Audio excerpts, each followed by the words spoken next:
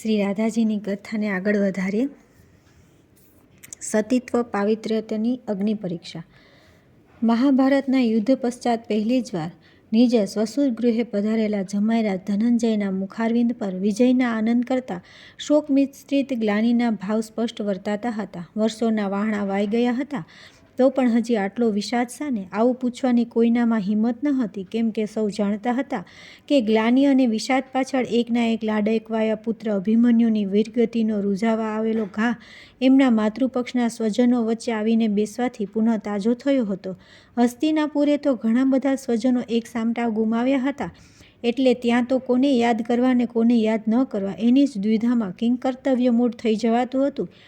પરંતુ દ્વારિકાએ તો કેવળ એકમાત્ર ભાણેજ અભિમન્યુ જ આ યુદ્ધમાં ગુમાવ્યો હતો, એટલે સુભદ્રા અર્જુનને આજે સજોડે ઉપસ્થિત જોઈને સૌભદ્રેયની યાદ આવ્યા વિના રહે ખરી? આખરે શ્યામસુંદરના સ્વજનો માનવ દેહધારી તો હતા જ ને. હવે તો જે કેવળ ભૂતકાળ બની ગયેલ હતી તે કુરુક્ષેત્રની રણસંગ્રામની દુઃખદ સ્મૃતિઓ આ સ્વજનોને આટલી નહોતી સંતાપતી જેટલી સંતાપતો હતો સતી ગાંધારીએ યાદવેન્દ્ર શ્રીકૃષ્ણને આપેલો પેલો શાપ, અને તેથી ભવિષ્યમાં આવી પડનારી વિનાશકારી આપત્તિઓના ઓળા અત્યારથી જ પોતાના વડીલોના મુખારવિંદોને મ્લાન કરતા હતા. તે યોગેશ્વર શ્રીકૃષ્ણથી સહન થતું ન હતું.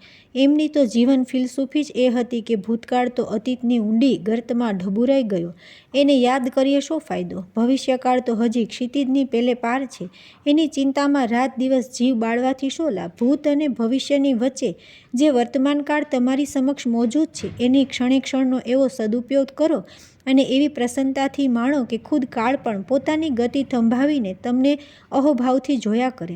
અને એટલે તો અંતર્યામી ઋષિકેશે સ્વજનોનું મન બહેલાવા વ્રજભૂમિની બાળલીલાઓની સુગથ સ્મૃતિઓથી દ્વારિકાના રાજમહેલનું ગમકીન વાતાવરણ પ્રફુલ્લિત કરવા નારદજીને નિમિત્ત બનાવીને એ દિવ્ય કથાઓના કથન શ્રવણની આખી યોજના સાકારિત કરી હતી.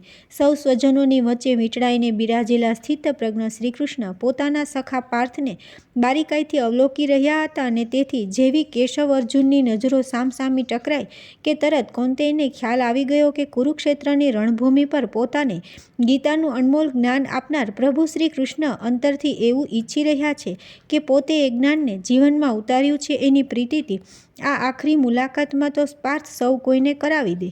અને તે જ ક્ષણે પૂર્ણ સ્વસ્થતા ધારણ કરીને પાંડુપુત્ર અર્જુને સૌને હસ્તિનાપુર નરેશ મહારાજ યુધિષ્ઠિર દ્વારા આયોજિત શાશ્વત શાંતિ મહાયજ્ઞની વિગતો કહેવાનો આરંભ કર્યો. શ્રીકૃષ્ણને એ ગમ્યું. બલરામ ભર્યા રેવતીજીની અંગત દેખરેખ હેઠળ પીરસાઈ રહેલી અલ્પાહારની વાનગીઓને ન્યાય આપતા વાસુદેવજીએ પણ પોતાના જમાઈરાજને અત્રે 2 દિવસ યોજાઈ રહેલા નવગ્રહ શાંતિ યજ્ઞની વિગતોથી વાકેફ કર્યા. વાસુદેવ યુદ્ધવ અને અર્જુનને સંબોધીને કહ્યું કે તમારે બંને આ 9 દિવસના ભોજન સમારંભની તમામ જવાબદારી ઉઠાવવાની છે, તેથી થોડો આરામ કરી લઈને તમે બંને મારા આવાસે આવો. હું તમને તમામ વ્યવસ્થા સમજાવી દઉં અને આપણે સાથે જઈને ભોજનશાળાની બેઠક વ્યવસ્થા અને અન્ય સુવિધાઓ પર એક નજર પણ નાખી લઈએ. આટલું કહીને દ્વારિકાધીશ ઉઠ્યા અને પટરાણીને સાથે લઈને શ્રીકૃષ્ણ ભવન પર જવાના રવાના થયા. અન્ય રાણીઓ પણ સૌને પ્રણામ કરી પોતપોતાના આવાસે ગઈ અને અર્જુન તથા ઉદ્ધવ વડીલોની આજ્ઞા લઈને સુભદ્રાજી સાથે એમના કક્ષમાં થોડો વિશ્રામ લેવા વિદાય થયા. રસ્તામાં દેવી રૂકમણીએ પ્રભુને આજ બપોરની નારદ કથાથી સુજ્ઞત કર્યા અને અધૂરો રહેલો પેલો દિવ્ય પ્રસંગ પૂરું કરવા થોડા સમય માટે નારદજીને પ્રભુ પાસેથી માગી લીધા. માદક મોહક સ્મિત રેલાવીને શ્યામસુંદરે પટરાણીને મુખ સંમતિ આપી દીધી, એટલે હવે નિશ્ચિત થઈને તેઓ પ્રભુને એમના આવાસ પર મૂકીને ઝટપટ પરવારી જવા રૂકમણી ભવન પર આવી ગયા. પછી તો રાત્રિનો પ્રથમ પહર પૂરો થાય એ પહેલાં સંધ્યા સ્નાન, સેવા પૂજા અને દીવા આરતી પતાવીને તદ્દન સ્વસ્થ ચિત્તે સૌ રાણીઓ એક પછી એક આવવા માંડી. સત્યભામાના આવાસે છેલ્લે આવ્યા દેવી રૂકમણી નારદજીને સાથે લઈને અને આગતા સ્વાગતાની ઔપચારિક વિધિમાં પડ્યા વિના સૌ જાણે નાની બાલિકા હોય એ રીતે દેવર્ષિ નારદના ચરણોમાં પલાઠીભર બિરાજમાન થઈ ગઈ. મનમાં પ્રભુનું નામ સ્મરણ કરીને ગોલોકેશ્વરી દેવી રાધિકાને મનોમન સાષ્ટાંગ દંડવત પ્રણામ કરીને મુનિવર બપોરે સ્થગિત કરેલી હરિકથા હવે આગળ કહેવા માંડી. હે દેવીઓ, પ્રભુનું માથું ખોળામાં રાખી અને એમના અંગ પ્રાત્યંગના દિવ્ય દર્શન કરીને મેં નંદરાયને અંગ ચિંતિત ગોપ સમૂહને આશ્વાસન આપી શાંત પાડ્યા. પછી મારે જે વિધિ કરવાની હતી તે માટે હું માંગું તે લાવવા અને કહું તે કરવા સૌને ઉત્કંઠિત કર્યા. પછી મેં ધીરે રહીને કહ્યું, પ્રથમ તો એક માટીનો એક કોરો ઘડો લાવો. અને આટલું સાંભળ્યું નથી કે ગોપીઓ દોડી સૌ પોતપોતાના ઘરમાંથી બરાબર પકવેલો લાલ ચટક કોરો ઘડો લઈને દોડતી આવી. મારી આગળ ઘડાનો ઢગલો થઈ ગયો. હસીને મેં કહ્યું, મારે તો ફક્ત એક જ ઘડો જોઈએ છે, જે હું આમાંથી લઈ લઉં છું. કહીને મેં એક પરિપક્વ ઘડો હાથમાંથી લીધો. પછી મેં કહ્યું કે હવે આ ઘડામાં યમુનાજીનું જળ ભરી લાવવું છે. અને હું વાક્ય પૂરું કરું એટલામાં તો આગળ ઊભેલી ગોપીઓ ઘડો લેવા હાથ લંબાવ્યો. મેં ફરીથી હસીને કહ્યું, ઊભા રહો, હજી વાર છે. આ ઘડાને હું મંત્રતંત્રથી જરા સુસજ્જ કરું, પછી તમે એને લઈ જાઓ ને એમાં શ્રી યમુના મૈયાનું પવિત્ર જળ ભરી લાવો. કહીને મેં મારી પાસેની ભગવી જોડીમાંથી એક સુવર્ણ ખીલી જેવું અણીદાર હથિયાર બહાર કાઢ્યું. થોડા મંત્રતંત્ર જપ્યા અને પ્રત્યેક મંત્રના અંતે નમઃ કહીને પેલી અણીદાર ખીલી વડે ઘડાને પછી એક કાણું પાડવા માંડ્યું. બધાના જીવ તાળવે ચોંટી ગયા, પરંતુ સંન્યાસી રૂપે મેં પહેલેથી જ એવો પ્રભાવ પાડી દીધો હતો અને મારો મંત્રોચ્ચારનો શાસ્ત્રીય નાદ એટલો કર્ણપ્રિય હતો કે સૌ શ્રદ્ધાભક્તિથી હું જે કાંઈ કરું તે બસ જોઈ જઈ રહ્યા હતા. કુલ 108 વાર મંત્ર જપ જાપીને મેં પેલા ઘડાને ફરતા 108 કાણા પાડી દીધા, જેમાંના છેલ્લા 8 કાણા તો મેં ઘડાના તળિયામાં જ પાડ્યા. પછી ફરીથી મારી જોડીમાં હાથ નાખી મેં કાતર જેવું એક ઓજાર બહાર કાઢ્યું અને મારા ખોળામાં મસ્તક મૂકીને પોઢેલા શ્યામસુંદરના માથામાં સૌથી વધુ લાંબા કેશગુચ્છની એક જાડી લટ મેં પેલા ઓજાર વડે કાપી લીધી. ત્યારબાદ એ કેશગુચ્છની લટમાંથી એક એક વાળ છૂટો પાડીને મેં પેલા ઘડાના કાંઠલા નીચે પાડેલા કાણા સાથે એકનો એક છેડો ગાંઠ વાળીને બાંધવા માંડ્યો ને બીજો છેડો છૂટો રાખ્યો. બરાબર 25 વાળ જ પ્રભુની લટમાંથી નીકળ્યા અને પેલા ઘડાના કાંઠલા ફરતે મેં કાણા પણ બરાબર 25 ગણીને જ પાડ્યા. ઘડાના કાંઠલા ફરતે પ્રત્યેક કાણે નંદકુંવરનો એક એક વાળ બંધાઈ ગયા. પછી મેં 25 વાળના દ્વિતીય છેડાને ભેગા કરી મુઠ્ઠા જેવું બનાવ્યું અને એ મુઠ્ઠાને પકડી વાળથી બંધાયેલા ઘડાને એક હાથે ઊંચો કરી ચારે બાજુ ઊભેલી જનમેદનીને તે બતાવ્યો. પછી આજ્ઞાધારી બુલંદ અવાજે મેં ઘોષણા કરી, આગળ આવો, હે વ્રજ સુંદરીઓ! તમારામાંથી જે સતી સ્ત્રી હોય, અત્યંત પવિત્ર નારી હોય, મન કર્મ વચનથી જેણે આજીવન કોઈ પાપ ન કર્યું હોય અને જે ભગવાનની અનન્ય ભક્ત હોય તે આગળ આવો. લ્યો આ ઘડો.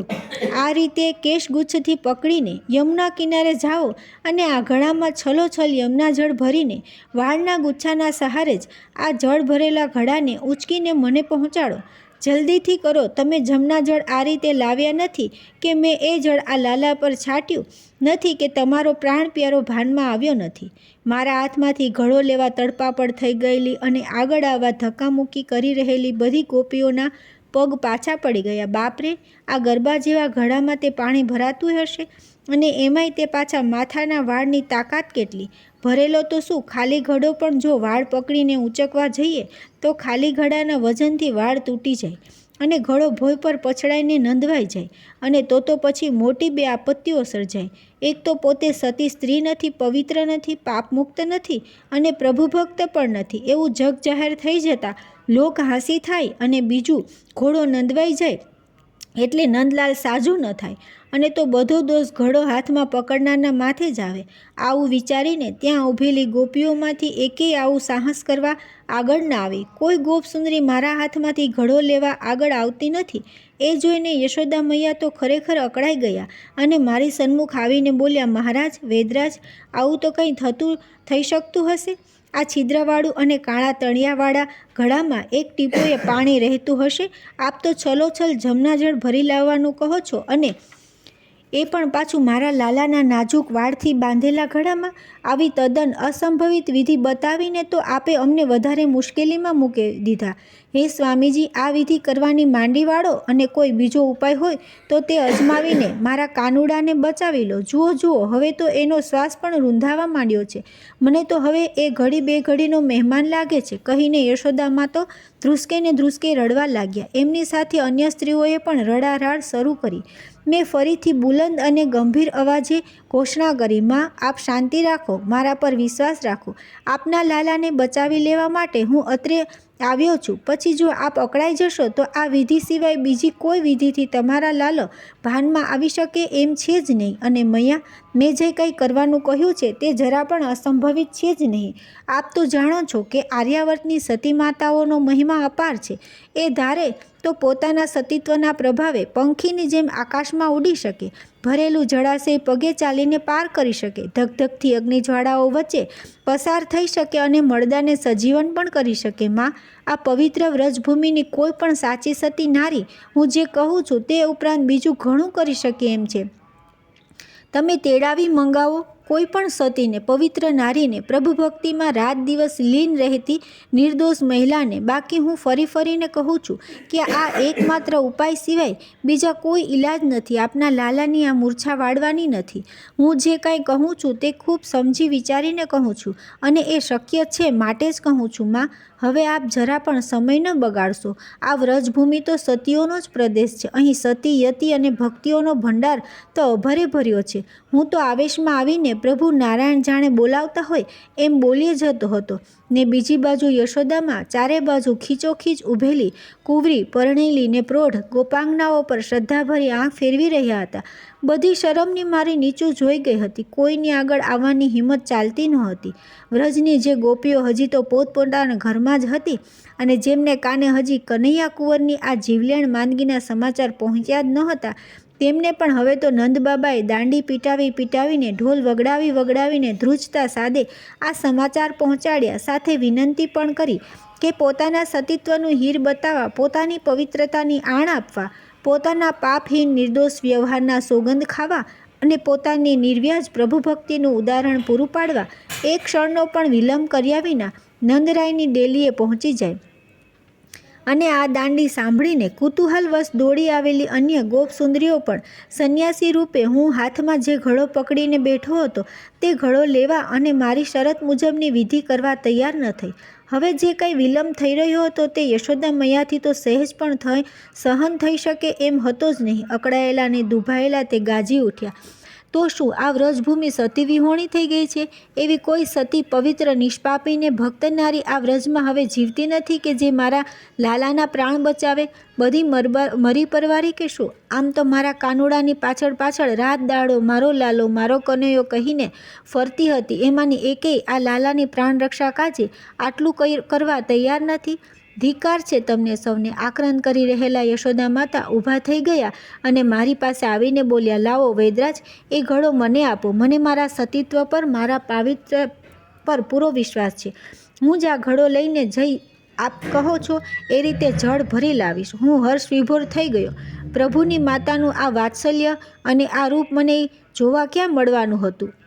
પરંતુ તરત જ લાગણી પર સંયમ મૂકીને મેં મૈયા યશોદાનો લંબાયેલો હાથ પ્રેમથી પકડી લીધો અને ગદગદ કંઠે હું બોલ્યો, માં, આપનું આમાં કામ નથી. હું જાણું છું કે આપ મહાન સતી છો, અત્યંત પુણ્યશાળી છો અને પવિત્રતાની મૂર્તિ છો. આપ આ ઘડામાં યમુના જળ ભરીને લાવવા પૂર્ણ સમર્થ છો ને શક્તિમાન પણ છો.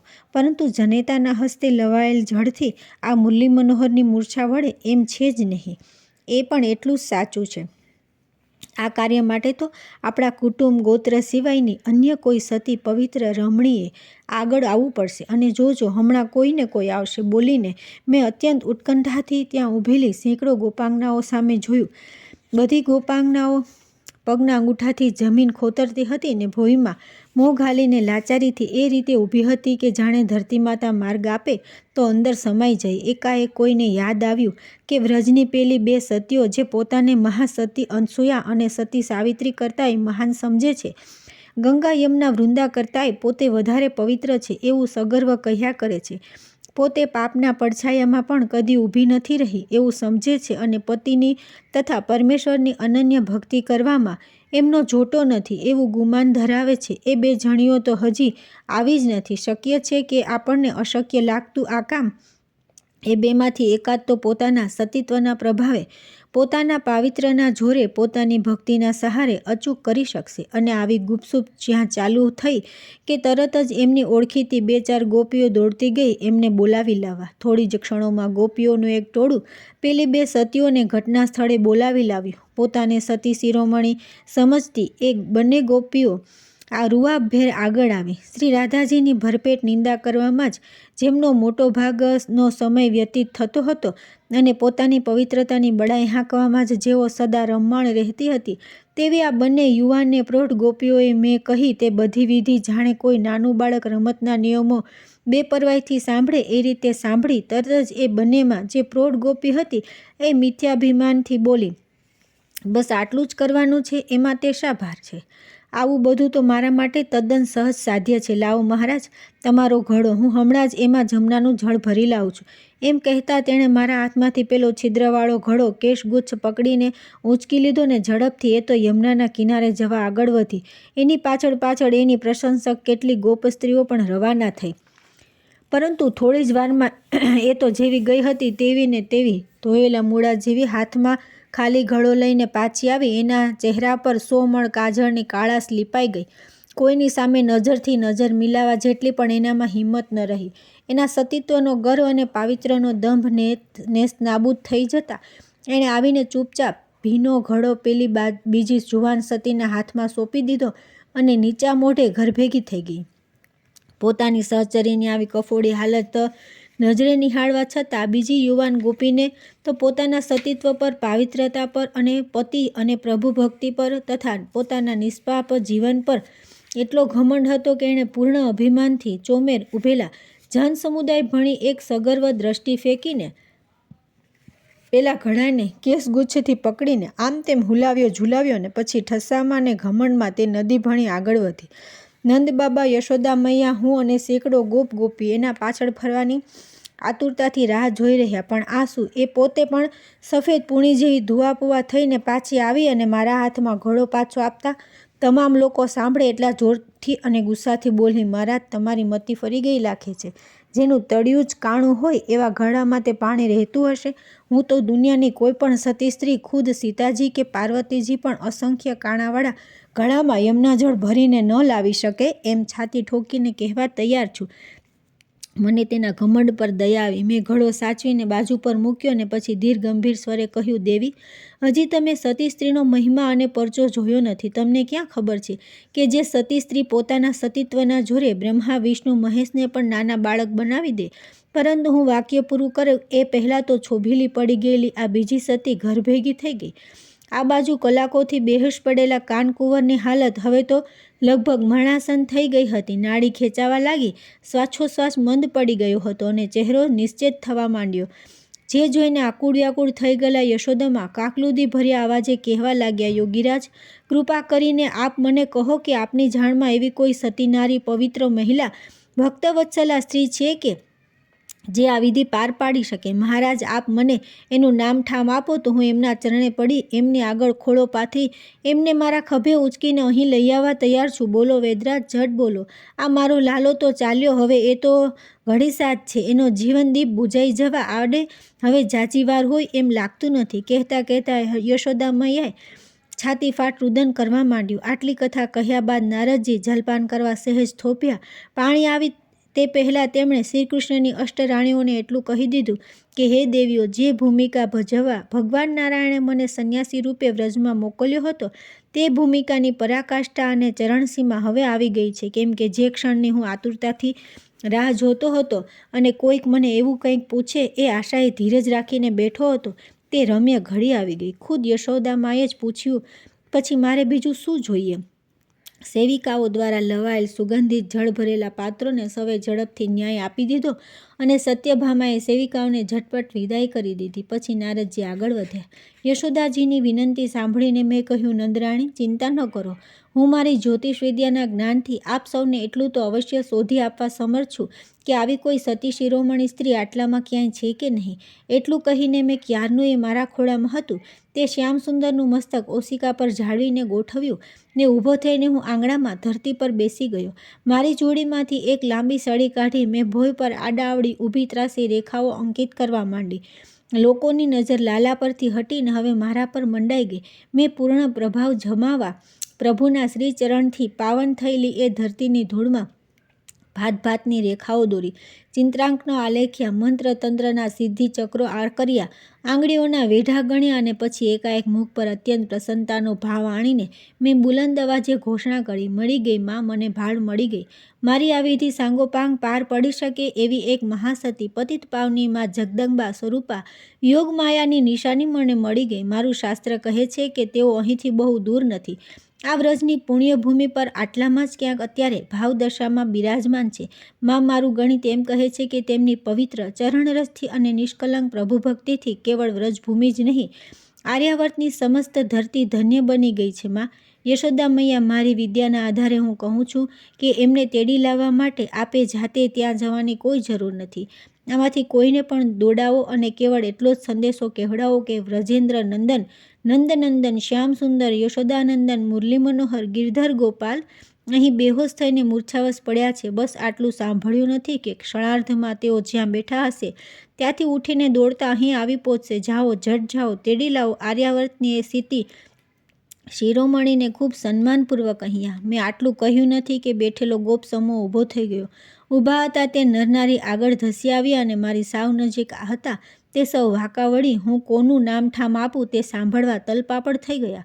બે ચાર વૃદ્ધ ગોવાળ તો બોલી પણ ઉઠ્યા, નામ બતાવો પ્રભુએ સતી સન્નારીનું. હવે વાતમાં વધારે મોણ નાખ્યા વિના ઝટ કહી દો સ્વામીજી, શું નામ છે જગદંબાનું? કોણ ભાગ્યશાળી માતા પિતાના એ સંતાન છે અને અત્યારે ક્યાં ઠામે બિરાજમાન છે? મને લાગ્યું કે હવે તો મારે કહી જ દેવું જોઈએ, તેથી મેં આ પ્રમાણે કહ્યું કે કાયાનું કલ્યાણ થઈ જાય એવા ક મૂળાક્ષરથી એમની જનેતાનું નામ શરૂ થાય છે અને વિપત્તિના વાદળનો વિનાશ થઈ જાય એવા વ મૂળાક્ષરથી એમના જનકનું નામ શરૂ થાય છે અને એમનું ખુદનું નામ, આહા, ફક્ત 2 જ અક્ષરથી બંધાયેલા એમના નામના બંને અક્ષરો એક સાથે એક નહીં, બબ્બે કાના સાથે જોડાયેલા એવા છે. મહાન સતીના નામનો પહેલો અક્ષર રાસલીલાનો પહેલો અક્ષર છે અને બીજો અક્ષર તો આપણે બધા અત્યારે મદદ માટે પોકારી રહ્યા છે તે ખુદ ધાજ છે. અને આટલું સાંભળ્યું નથી કે ત્યાં ઉપસ્થિત સેંકડો નરનારી પ્રચંડ નાદે ગાર્જી ઉઠ્યા, કલાવતી કન્યા રાધા, વૃષભાણ દુલારી રાધા, રાધા રાધા રાધા, વૃંદાવનેશ્વરી રાધા. અને શ્રી રાધાની પ્રિય સખીઓ લલિતા, વિશાખા, કાંતા, વિદ્યા સૌએ શ્રી રાધાજીને બોલાવી લાવવા નિકુંજની વાટે સીધી દોટ મૂકી. આટલું રસપ્રદ વ્યાખ્યાન પછી સહેજ વિરમીને હર્ષવિભોર થઈ ગયેલી રાણીઓને થોડીવાર ભાવદશામાં વિહરવા દઈને દેવર્ષિ નારદ ધીરેથી બોલ્યા, હે દેવીઓ, આ બાજુ રાધાજીની શી સ્થિતિ હતી તે પણ આપ જાણી લો. સાંજ ઢળવા આવે એ પહેલાં ઘરકામથી પરવારીને પોતાના નિત્ય નિયમ મુજબ એ તો હાથમાં ઘડુલો અને ભાથું લઈને પોતાના પ્રાણેશ્વરને મળવા યમુના તટે આવી ગયા હતા અને કદમના વૃક્ષ નીચે આરામથી બિરાજીને શ્યામસુંદરની પ્રતીક્ષા કરી રહ્યા હતા. ગઈકાલ રાત્રે છૂટા પડ્યા ત્યારે તો કાનાએ વચન આપ્યું હતું કે આવતીકાલે સૂર્ય ઢળવા આવે એ પહેલાં પોતે જંગલમાંથી યમુના કિનારે પાછો આવી જ જશે. વળી એણે એમની સમક્ષ એ અભિલાષા પણ વ્યક્ત કરી હતી કે રાધે, કાલે તો તારા હાથનું રાંધેલું તારા હાથે તું ખવડાવે તો જ ખાવું છે, નહીં તો ઉપવાસ. અને તેથી તો શ્રી રાધા પોતાના સ્વહસ્તે સરસ મજાની ખીર બનાવી અને સવારે સ્વયં મથેલું માખણ રોટલા પર ચોપડીને લેતા આવ્યા હતા. પરંતુ આ સૂરજ તો આથમવા આવ્યો ને હજી નંદકુંવર કેમ ન આવ્યા? કાનુડાનો વાયદો કદી ખોટો પડતો જ નથી અને કહ્યું હોય એ સમય અને એ સ્થળે તે ન આવે એવું કદ્યું બન્યું નથી. તો પછી આજે એવું તે શું કામ આવી પડ્યું કે હજી પણ ન આવ્યા? આવું મનમાં ગણગણીને શ્રી રાધા પોતાનો જળ ભરવાનો ઘોડો કદમના થડ જોડે ટેકવીને ભાથાની પોટલી માથે મૂકી ડોલતા ને ધીમા સાદે કાનોડાએ શીખવેડેલું ગીત ગાતા ગાતા બાજુમાં આવેલી પોતાની પ્રિય નિકુંજમાં ચાલ્યા ગયા અને સમય પસાર કરવા નિકુંજમાં ઉગેલા અત્યંત સુવાસિત પુષ્પો ચૂંટીને એની માળા ગૂંથવા લાગ્યા. એમના મનમાં આજે કોળ જાગ્યા કે મારા શ્યામસુંદરના ગળામાં આજે તો હું આ પુષ્પમાળા આરોપીને બદલામાં એમના દિવ્ય પ્રેમનો આસ્વાદ માણું. આમ શ્રી રાધાના ભાવ વિભોર મનઃચક્ષુ સમક્ષ તો અત્યારે પોતાના ગોલોકેશ્વર, પ્રાણેશ્વર, વ્રજેશ્વર, નટવર નાગર, ગિરધર ગોપાલની નયનરમ્ય મૂર્તિ તરવરીતી હતી અને પ્રભુના દિવ્ય પ્રણયપાશમાં લાગણીના તણાવથી બંધાયેલા એ તો પોતાની શારીરિક સુદબુદ ખોઈ બેસીને ઉન્માદમય અવસ્થામાં મનમાં મલકાતા મુરલી મનોહરનું પ્રણય ગીત ગણગણી રહ્યા હતા. ત્યાં તો એમને શોધતી શોધતી વિશાખા, લલિતા આદિ એમની સખીઓ દોડતીને બૂમો પાડતી નિકુંજમાં ધસી આવી. અને જેવું કિશોરીજીએ સાંભળ્યું કે શ્યામસુંદર તો 1.5-2 પ્રહરથી બિલકુલ મૂર્છાવશ થઈને પડી રહ્યા છે અને તને યશોદામાએ આગળનું વાક્ય પૂરું સાંભળવા પણ જો રાધા રોકાય તો એ રાધા શાની, એ તો બાવરીને રખવાઈ થઈ જઈને એકી શ્વાસે જઈ પહોંચી પોતાના પ્રાણનાથ કૃષ્ણ કનૈયાની પાસે. શ્રી રાધાજીનું આગમન થતાની સાથે જ સમગ્ર ગૌશાળા અને નંદગૃહનું વાતાવરણ જીવંત અને જ્વલંત બની ગયું. સંન્યાસી રૂપે હું મારા આસન પરથી ઊભો થઈ ગયો અને મેં શ્યામસુંદરના ઈષ્ટદેવી આરાધ્ય લક્ષ્મી શ્રી રાધાજીના દર્શન કરીને એમને ભક્તિભાવપૂર્વક નમસ્કાર કર્યા.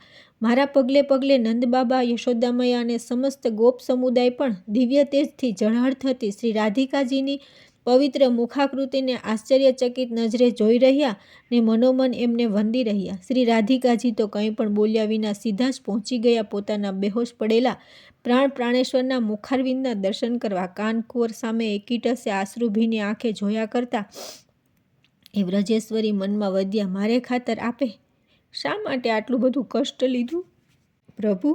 અને એ તો એવા ભાવમાં આવી ગયા કે દુનિયાને જે કહેવું હોય તે કહે. હું તો બધાની હાજરીમાં જ અત્યારે મારા કાનુડાને ભેટી પડું છું. પરંતુ યશોદા મૈયા છાતીફાટ રુદન કરી રહ્યા હતા.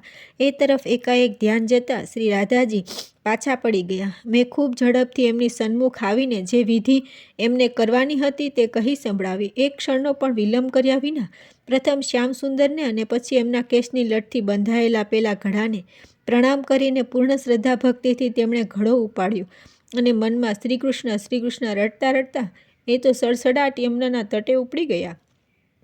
એમની પાછળ એમની તમામ સખીઓ અને સેંકડો ગોપીઓ પણ હવે શું થશે એ જાણવાની જિજ્ઞાસાથી દોરાયા. હે દેવીઓ, નારદજી બોલ્યા, આપ સૌ તો જાણો જ છો કે ગોલોકથી વ્રજભૂમિમાં પધારેલા શ્રી યમુનાજી ભગવાન શ્રી કૃષ્ણ સાથે વચનબદ્ધ હતા. તેથી શ્રી રાધાજીને તેઓ સદાય સહાયભૂત થતા હતા. એમાં આ તો શ્રી રાધાજીના જીવનનો સર્વોત્તમ પ્રસંગ હતો. શ્રી રાધાજીના સતીત્વની અને પાવિત્રતાની અગ્નિ પરીક્ષા થવાની અણમોલ ઘડી આવી પહોંચી. ત્યારે આ સોનેરી તકને શ્રી યમુનાજી એણે એમ જ કેમ કરીને જવા દે? એમના અને વૃંદા દેવીના પ્રણય પ્રકોપથી તો યશોદાનંદને આ આખી લીલામાયા ઊભી કરી હતી. તેથી એમણે હવે જે કંઈ કર્યું તે તો સામાન્ય કક્ષના માનવીઓ માટે સમજશક્તિ બહારનું હતું. પણ જે કંઈ થયું તે હું આપને અક્ષરશઃ કહું છું. યમુના કિનારે જઈને રાધાએ પૂર્ણ પ્રેમ અને શ્રદ્ધાથી યમુના મૈયાને પ્રણામ કર્યા અને મનમાં પ્રાર્થના કરતાં એટલું જ કહ્યું કે હે માં, મારી લાજ રાખજે. પછી કેશ ગુજથી પકડેલો પેલો 108 છિદ્રવાળો ઘડો એમણે યમુનાજીના વહેતા જળમાં બોળ્યો, ડૂબાડ્યો અને પૂરેપૂરો ભરાઈ જતા સાચવીને એ જ રીતે વાળગુચ્છ દ્વારા ઉચકીને જળમાંથી બહાર કાઢ્યો. આહા! સેંકડો આંખોએ અદ્ભુત ચમત્કાર નજરે નિહાળ્યો. જળથી પૂર્ણ ભરાયેલો એ ઘડામાંથી પાણીનું એક ટીપું પણ નીચે ટપકતું નથી. જાણે કે શ્રી યમુનાજીનું પ્રવાહી જળ ઘન હિમરૂપ થઈને ઘડામાં થીજી ન ગયું હોય. હાથમાં આ રીતે જળ ભરેલો ઘડો પકડીને શ્રી રાધાજી યમુના તટેથી નંદરાયના ગૃહ તરફ જવા આગળ વધ્યા. ત્યારે આ અનુપમ દ્રશ્ય નિહાળી રહેલા સ્વર્ગના દેવી દેવતાઓ આકાશમાંથી પુષ્પવૃષ્ટિ કરી. શ્રી રાધાજીની પાછળ પાછળ ચાલ્યા આવતા ગોપાંગનાઓના વિશાળ સમુદાયે શ્રી રાધાજીની જયના ગગનભેદી નારા લગાવીને આખી વ્રજભૂમિ ગજાવી દીધી. હરખ ઘેલા અને ભાવવિભોર થઈ ગયેલા વ્રજવાસીઓને આગળ વધીને જે ભૂમિ પર રાધાજીના કોમળ ચરણ પડવાના હતા તે ભૂમિ પુષ્પોથી આચ્છાદિત કરી દીધી. પરિણામે યમુના તટેથી નંદરાયની ડેલી સુધીનો આખો માર્ગ ફૂલોથી છવાઈ ગયો. રસ્તામાં પેલી બંને સતીઓના મકાન આવ્યા. એમને કાને તો આ ચમત્કારની વાત ક્યારનીએ પહોંચી ગઈ હતી અને તે બંને મનમાં પાર વગરનો પસ્તાવો પણ કરી રહી હતી.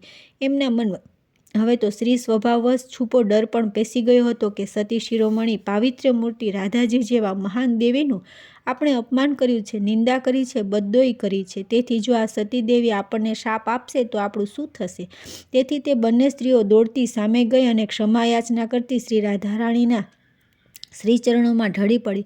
પરંતુ કિશોરીજી તો માન અપમાન નિંદા પ્રશંસાની કોઈ જ પરવા નહોતી. એ તો ઊભે માર્ગે શ્રી કૃષ્ણ શરણમનો જપ જપતા નયન ઢાળીને બસ ચાલ્યા જતા હતા. એમનું ધ્યાન તો કેવળ બેહોશ થઈને પડેલા પોતાના મુરલી મનોહર નંદકિશોર પર જ કેન્દ્રિત હતું. નંદ ઘેર આવીને શ્રી પ્રિયાજીએ યમુના જળથી છલોછલ ભરેલો પેલો ઘડો સંન્યાસી રૂપે ઊભેલા મારા હાથમાં મૂકી દીધો ત્યારે ફરી એકવાર દેવોએ પુષ્પવૃષ્ટિ કરી અને ત્યાં ઉપસ્થિત વિશાળ જનમેદનીએ શ્રી રાધારાણીના નામનો પ્રચંડ જય જયકાર કરી એમના સતીત્વને, એમના પાવિત્ર્યને, એમના નિષ્પાપ નિષ્કલંકિત જીવન વ્યવહારને અને એમની વિશુદ્ધ શ્યામ ભક્તિને સાચા હૃદયથી વધાવી લીધા. હે દેવીઓ! સમાપન કરતા નારદજી બોલ્યા, મારી આંખમાં તો ત્યારે હરખના આંસુ આવી ગયા. મેં ગદગદ કંઠે પ્રાર્થના કરી કે હે દેવી, હે મહાસતી, આપ તો સાક્ષાત પરમેશ્વરી છો, જગતજનની જગદાંબા છો. આ ભોળા નિર્દોષ ને નિષ્કપટ વ્રજવાસીઓ દ્વારા અજાણતા આપની જે અવહેલના થઈ ગઈ છે તેને આપ ક્ષમા કરો. આપને આજે સવે સાચા સ્વરૂપે પીછાણી લીધા છે. હું સંન્યાસી હોવા છતાં આપના શ્રી ચરણોમાં પ્રણામ કરીને મારા અંતરની શુભેચ્છા અભિવ્યક્ત કરું છું કે આજથી હવે આ સમસ્ત વ્રજભૂમિ આપની ઋણી રહેશે. એટલું જ નહીં, આપ જ એના અધિષ્ઠાત્રી અને આરાધ્યા દેવી ગણાશો. આપનો દિવ્ય મહિમા આ વ્રજભૂમિ પર યુગો સુધી એટલો પ્રતિષ્ઠિત રહેશે કે આ ભૂમિ પર પગ મૂકીને ચાલનારી હર કોઈ વ્યક્તિ જય કૃષ્ણના બદલે જય શ્રી રાધેનું જ નામ સ્મરણ કરશે અને જય રાધે બોલીને એકબીજાનું અભિવાદન કરશે. હે મહામાયા, હવે આપ આપના વરદ હસ્તે આ ઘડામાંથી યમુના જળની એક અંજલિ આ નંદકિશોરના મુખારવિંદ પર અભિસિંચન કરવાની કૃપા કરો. મને ઓળખી ગયેલા શ્રી રાધાજીએ સસ્મિત વદને મારી સામે કૃપા દ્રષ્ટિ કરી અને પછી લોકલજ્જાથી શરમાતા અને વડીલોની હાજરીથી સંકોચાતા વૃષભાણ નંદિનીએ પોતાની કોમળ અંજલિમાં યમુના જળ ભરીને શ્યામ સુંદરના મુખારવિંદ પર એનો છંટકાવ કરવાના બદલે ભક્તિભાવથી અભિષેક જ કર્યો અને તત્ક્ષણ રાસ બિહારી રાધારમણ કનૈયા કુંવરે પોતાના બીડાયેલા કમળલોચન ખોલીને પોતાની અંગભૂતા આહલાદિની શક્તિ ગોલોકેશ્વરી શ્રી રાધારાણીના માન સ્વરૂપે દર્શન કર્યા. શ્યામ શ્યામા પ્રિયા પ્રીતમને મળી દ્રષ્ટોદ્રષ્ટ અને ઉઠો ઉઠો, હવે હું તો લાજી મરું છું. આવું તે ગાંડપણ થાતું હશે? આવો પ્રણય મિશ્રિત ઠપકાનો ભાવ કિશોરીજીની ચંચળ વિશાળ આંખોમાંથી વાંચી લઈને નંદકિશોર જાણે ખાસી મજાની લાંબી ઊંઘ ખેંચી કાઢીને જાગ્યા હોય એ રીતે આંખો ચોળતા ચોળતા ઢોલિયામાં બેઠા થઈને આશ્ચર્યથી ચોતરફ જોવા લાગ્યા. ચારે બાજુ આનંદ આનંદ થઈ ગયો. અત્યંત લાગણીશીલ અને પ્રસન્નચિત થઈ ગયેલા યશોદા મૈયાએ પ્રથમ લાલાના માથે કપાળે બરડે હાથે ફેરવ્યો અને પછી આગળ આવીને વૃષભાણ દુલારી કિશોરીજીના બે હાથ પકડી લીધા. અત્યંત આત્મીયતાથી અને વાત્સલ્યભાવથી અને હૃદયસરસી ચાપી દીધી. પરંતુ શ્રી રાધાને તો આવા માન અકરામની કે પ્રશંસા પ્રતિષ્ઠાની ક્યાં ભૂખ જ હતી. મૈયાની છાતીએ વળગેલી સ્થિતિમાં પણ એમની નજર તો સામે ઢોલિયામાં બેસીને મંદ મંદ સ્મિત રેલાવતા કનૈયા પર જ મંડાયેલી હતી. જાણે વેધક નયન બાણ મારીને કહી રહ્યા ન હોય કે નટખટ નટવર નંદકિશોર, કાલે તું નિકુંજમાં તો આવ, પછી તારી વાત છે. અને હવે વધારે વખત સૌની હાજરીમાં કાનુડાની સામે ચૂપચાપ ઊભા રહેવું અશક્ય જણાતા શ્રી રાધાએ ત્યાંથી ઝટપટ પોતાનો ઘરે જવા પગ ઉપાડ્યો અને ત્યારે હે દેવીઓ, મારી ફરજ પણ પૂરી થઈ જતાં સૌની રજા માગીને વિદાય થવાની તૈયારી કરતો હું ચૂપચાપ જોઈ રહ્યો હતો કે જાણે કંઈ બન્યું જ નથી એવા નિરપેક્ષ અને નિર્લેપ ભાવે નિજ નિવાસ ભણી જઈ રહેલા નિત્ય નિકુંજેશ્વરીની પાછળ પાછળ ન કેવળ એમની સખીઓ અને સ્વજન ગોપીઓ જ બલકે પેલી બધી ગોપ સ્ત્રીઓ પણ અહોભાવથી જઈ રહી હતી કે જે આજ સવાર સુધી તો એમની ભારોભાર નિંદા ચુગલી કરતી હતી અને એમના ચારિત્ર્ય પર ને પાવિત્રતા પર ધૂળ ઉડાડી રહી હતી. એમાંની કેટલીક ગોપીઓ તો હવે પોતપોતાની સાડીના પાલવમાં સતી શિરોમણી ભક્તવત્સલા દિવ્ય અવતારધારી દેવી રાધિકાજીની પવિત્ર ચરણરજ પૂર્ણ શ્રદ્ધા ભક્તિથી ખોબામાં ને મુઠ્ઠીમાં લઈ લઈને પાલવમાં બાંધી રહી હતી. શ્યામ સુંદરે રચેલી આ લીલા માયાના પ્રભાવે ને પ્રતાપે વ્રજેશ્વરી શ્રી રાધાજીની એવી ભવ્ય ને અલૌકિક પ્રતિભા ઊભી થઈ ગઈ કે વ્રજભૂમિના પ્રૌઢ ગોપજનો આ મહાભાવરૂપા ગોલોકેશ્વરી શ્રી રાધાજીનું સાચું સ્વરૂપ ઓળખાઈ જવાથી ગદગદ થઈ જઈને પ્રિયાજીના પવિત્ર ચરણ સ્પર્શથી પાવન થઈ ગયેલી વ્રજરજ ભક્તિભાવપૂર્વક મસ્તક પર મૂકી રહ્યા હતા.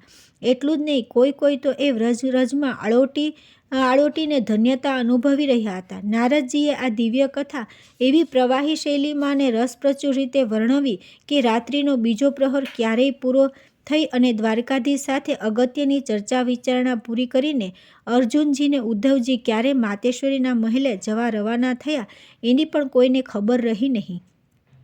સતીત્વને પાવિત્રતાની અગ્નિ પરીક્ષા કાજ મુરલીધર મૂર્છિત થયા, નિષ્ફળ સૌ ઈલાજ. યમુનાજી કૃપા કરી રાખી રાધા લાજ, મહાસતી શ્રી રાધિકા વ્રજમંડળ સિરતાજ. રાધે રાધે.